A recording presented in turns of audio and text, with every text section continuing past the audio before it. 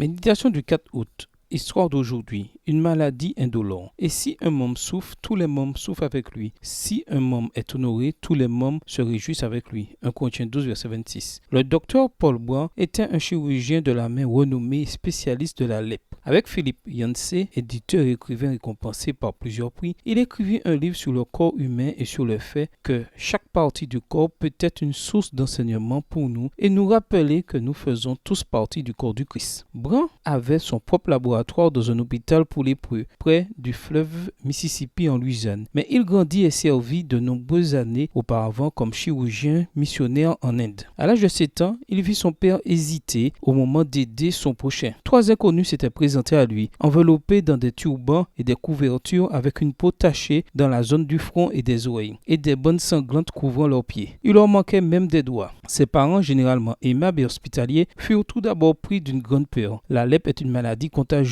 et tout le monde était donc en danger. Son père revint avec un rouleau de pansement, un récipient contenant une pommade spéciale et une paire de gants chirurgicaux. Il savait qu'il n'y avait pas grand-chose à faire, mais il s'approcha de ces hommes et il pensa à leurs blessures. Ils ne ressentirent ni malaise ni douleur. Leurs nerfs ne réagissaient pas. Brand grandit et comme son père, il devint médecin. C'est peut-être en raison de cette expérience précoce et marquante qu'il décida de consacrer sa vie à l'étude de cette maladie ancienne et redoutée. Grâce à ses recherches et à ses découvertes, il arriva à la conclusion que beaucoup de conséquences horribles de la maladie étaient dues au fait que les lépreux avaient perdu la sensation de douleur. Ils avaient des coupures et des infections, des entorses et des inflammations et en raison de l'absence de douleur, ces maux progressaient en silence. Leurs paupières ne clignaient pas, leurs yeux se desséchaient et les malades devenaient aveugles, ils ne sentaient rien. Son cœur au Christ débordait d'amour. Plus on approche de la perfection morale, plus on devient sensible, plus on a le sentiment de son péché, plus grande est la sympathie qu'on éprouve pour les affligés. Extrait du livre La tragédie des siècles, chapitre 35, page 501, livre écrit par Ellen G. White. Y a-t-il des gens qui ont perdu leur sensibilité autour de toi? C'est sûrement le cas. Aujourd'hui, tu as la possibilité, le devoir de les accompagner et de les aider, même s'ils ne semblent plus ressentir de douleur. Bonne journée à toi et que le Seigneur te bénisse.